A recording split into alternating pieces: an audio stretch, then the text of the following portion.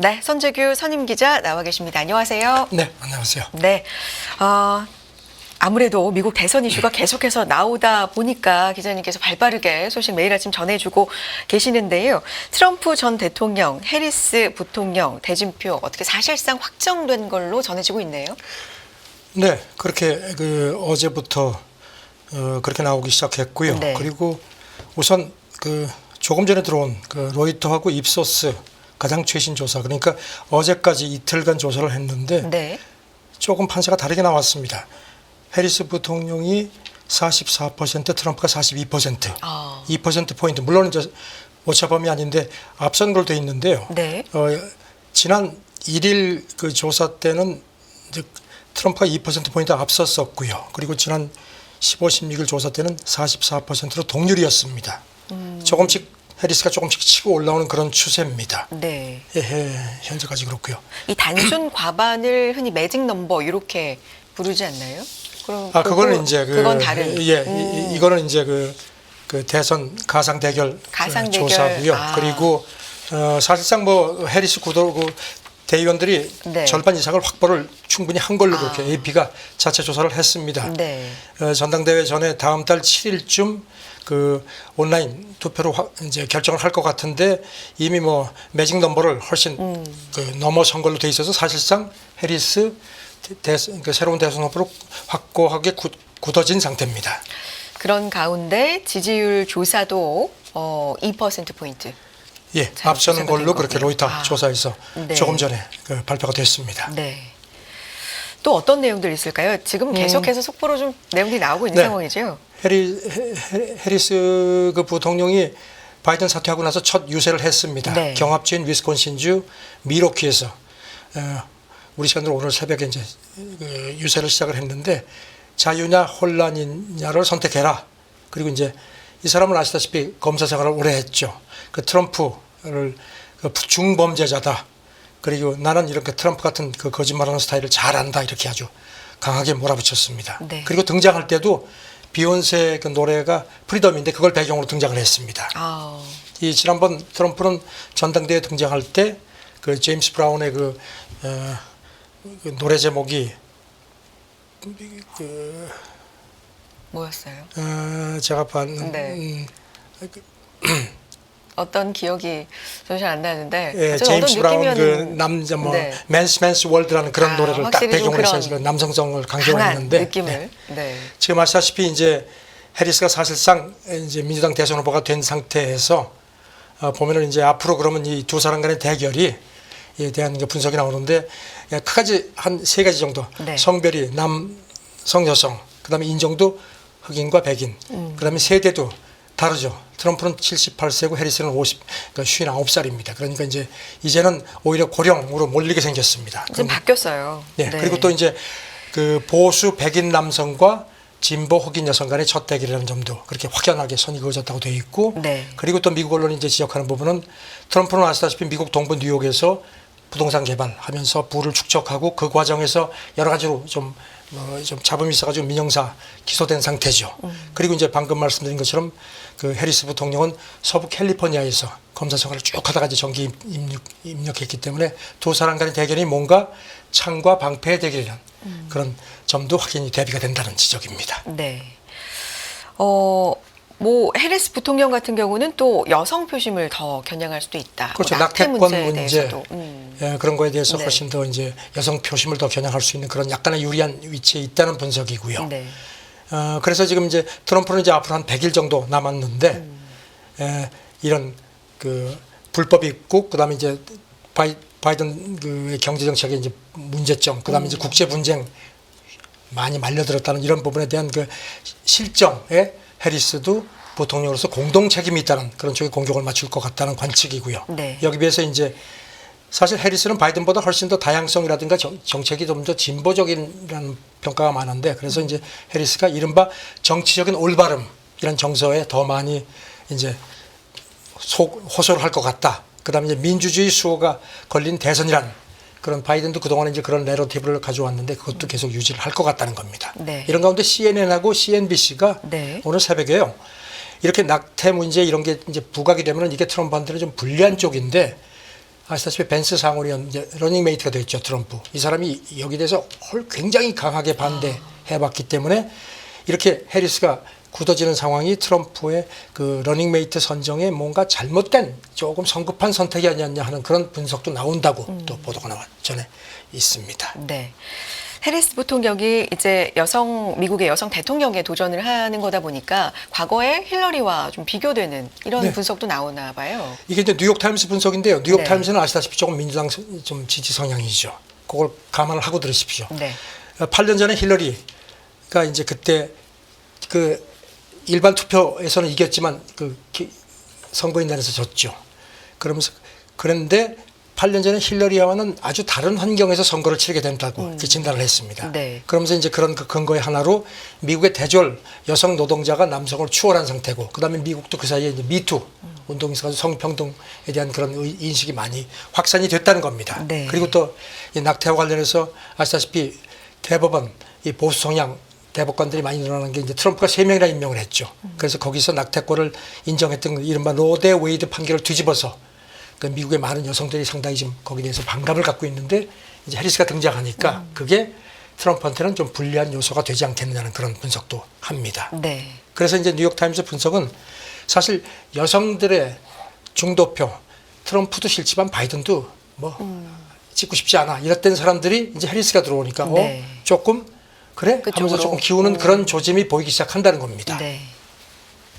그래서 지금 이렇게 여성 정치인에 대한 미국 유권자들의 인식이 좀 변하기 시작한 게 해리스한테는 좀 호재가 될 수 있다는 그런 진단을 했습니다. 그러면서 이제 2020년 민주당 대선 후보 경선 때 엘리자베스 워런 상원의원하고 에이미 클로버샤 상원의원도 물론 이제 떨어지긴 했지만 네네.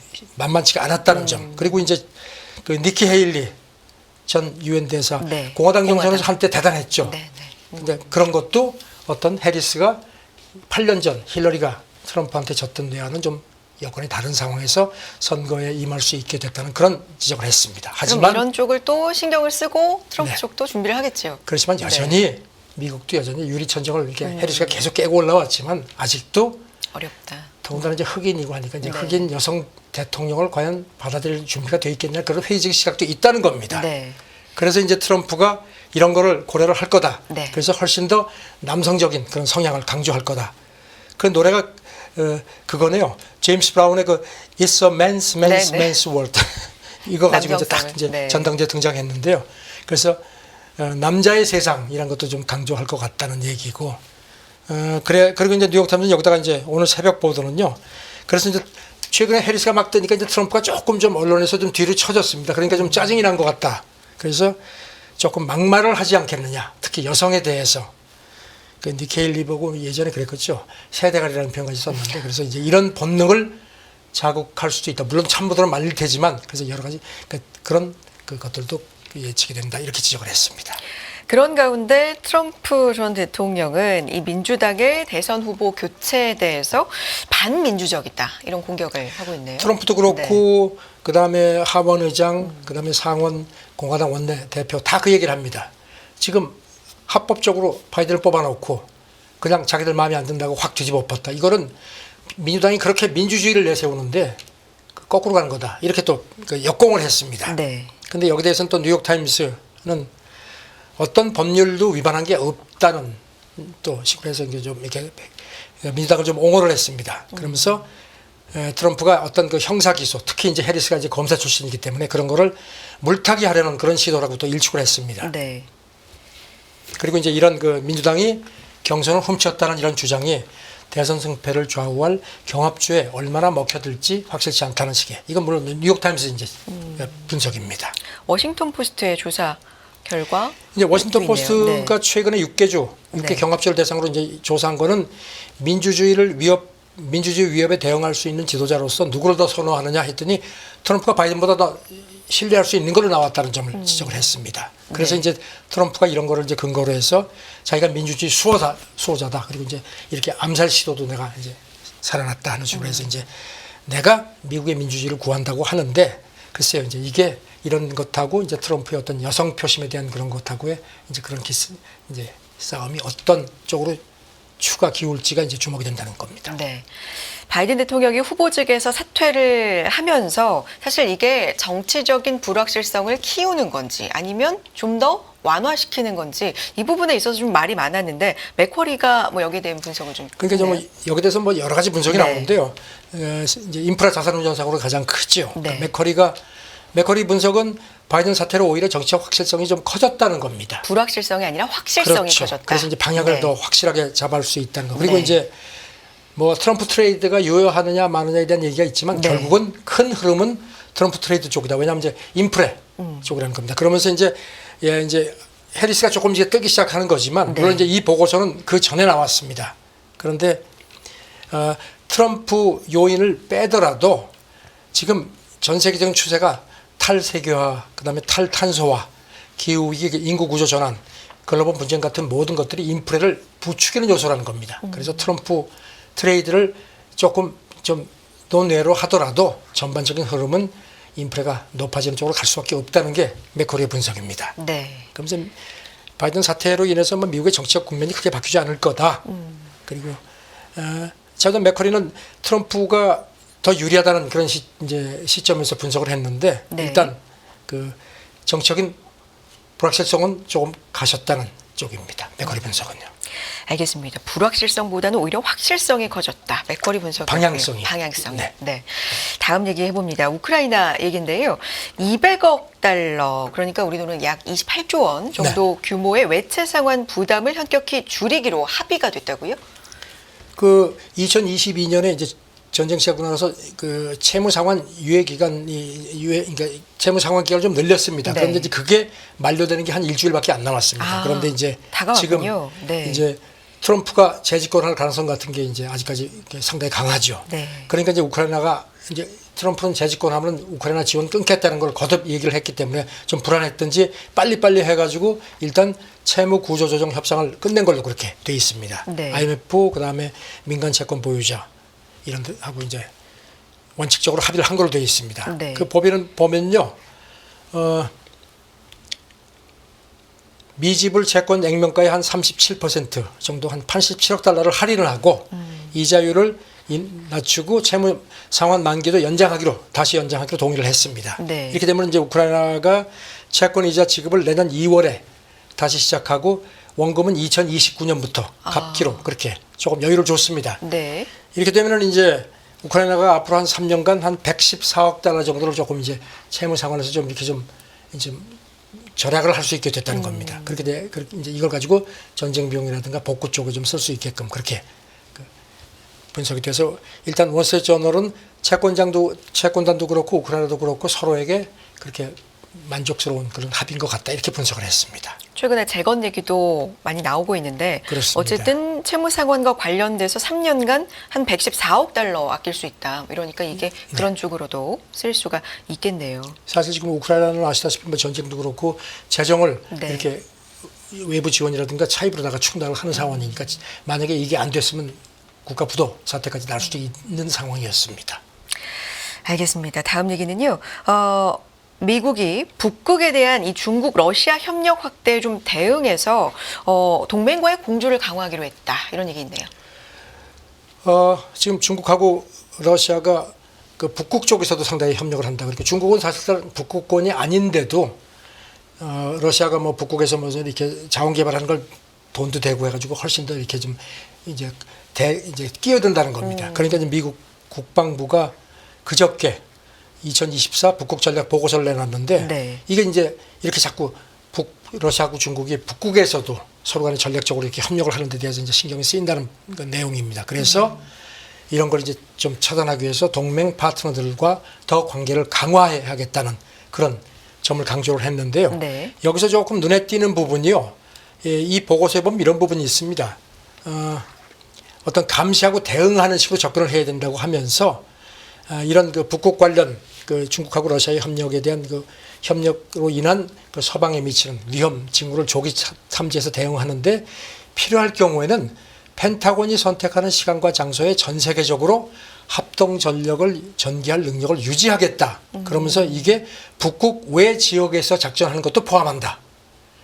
이걸 이제 크게 보면은 해외에 있는 미군이 이게 이제 북극과 관련한 중국, 러시아 그런 데 대응하는데도 갈 수 있다는 의미로 해석이 돼서 이게 우리 주한미군의 어떤 그런 향후 네. 특히 트럼프 같은 경우에는 트럼프가 집권하면 이제 해외 미군 재배치 뭐 이런 거 아주 네네. 뭐 서슴없이 주장을 해왔기 때문에 그거 연계돼서 펜타곤 보고서가 조금 주목이 된다는 분석입니다. 연관지어서 생각해. 그래서 오스틴 미국 볼수 국방장관도 있겠네요. 네. 북극이 전략 경쟁의 장이 돼 가고 있다 하면서 미국이 동맹 그리고 파트너와 함께 이 도전에 맞설 준비를 해야 한다 이렇게 또 강조를 했습니다.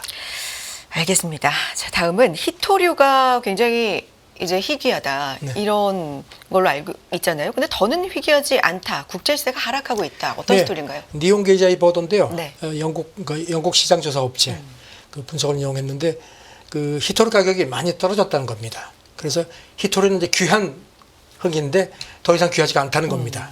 그 중국 히토류 업계를 대변하는 그 협회가 히토류 가격 지수라는 걸 내놨는데 이게 네. 지난 18일자 기준으로 해서 작년 7월 말에 비해서 한 20% 가량 빠진 걸로 되어 있습니다.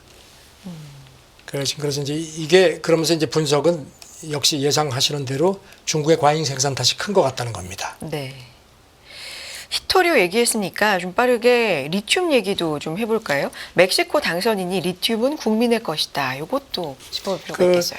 멕시코가 이제 바카로나 리튬이라는 이거는 이제 중국 그 기업 모기업이 중국 간펑 리튬입니다. 네. 여기서 그 멕시코 소노라주에 9곳에 리튬 추출권을 이제 개발권을 받았는데 이제 멕시코 대통령 당선자가 네. 약속을 그동안에 뭔가 하기로 한 약속을 지키지 않았다면서 그 개발권을 취소하겠다는 겁니다. 그래서 지금 이제 세계은행 산하 그 분쟁 중재 위원회에 이제 중재를 신청했는데 이 당선자 얘기는 중국이 물론 이제 당연히 이제 반발할 텐데 우리가 충분히 취소할 수 있는 근거가 있다 이렇게 또 강조를 합니다. 네. 이런 그 리튬 자원권에 대한 그러면서 이제 이 당선인 얘기가 리튬은 멕시코 국민의 거다 이렇게 또 딱 선 그렇습니다. 뭔가 이제 자원 국유화 이런 움직임의 맥락이 아닌가 싶습니다. 네. 자원, 히토류와 리튬에 대한 이슈도 짚어봤고요. 다음은요. 영국, 일본, 이탈리아가 공동으로 추진해온 일이 있습니다. 차세대 전투기 개발인데 이게 좀 불확실해졌다고요? 네, 2021년에 영국, 일본, 이탈리아가 네. 공동으로 유로파이터 개최할 그 전투기 템페스트를 이제 개발하기로 했거든요. 그래가지고 이제 그동안 해오고 이게 이제 2035년에 배치를 목표로 지금 해왔는데 영국의 정권이 바뀌었죠. 우상서 노동당으로. 그러니까 그 스타머 노동당 정부 총리가 네. 국방 전략 재검토에 착수하면서 이것도 재고를 할 것 같다는 이제 그 영국 언론 보도입니다. 여기 대해서 이제 이 총리 얘기는 이 프로그램이 굉장히 중요한 걸 알고 있다. 그러면서 향후 이 부분에 대해서 협의를 하겠다고 했는데 이제 로이터는 그 스타머 신 총리가 프로그램 중요성을 인정하면서도 이게 계속 진행될지는 보장하지 않았다는 겁니다. 이게 이제 엄청난 돈이 들어가거든요. 그렇지만 영국 상무장관인가요? 이거 계속 그러니까 하겠다 또. 이게 또 영국 그 그랬다면서요. 네. 재무장관하고 상무장관이 조금 의견이 엇갈리는 것 같습니다. 네. 파이낸셜 타임즈에서 보도를 보니까 영국 상무장관은 이거 해야 된다.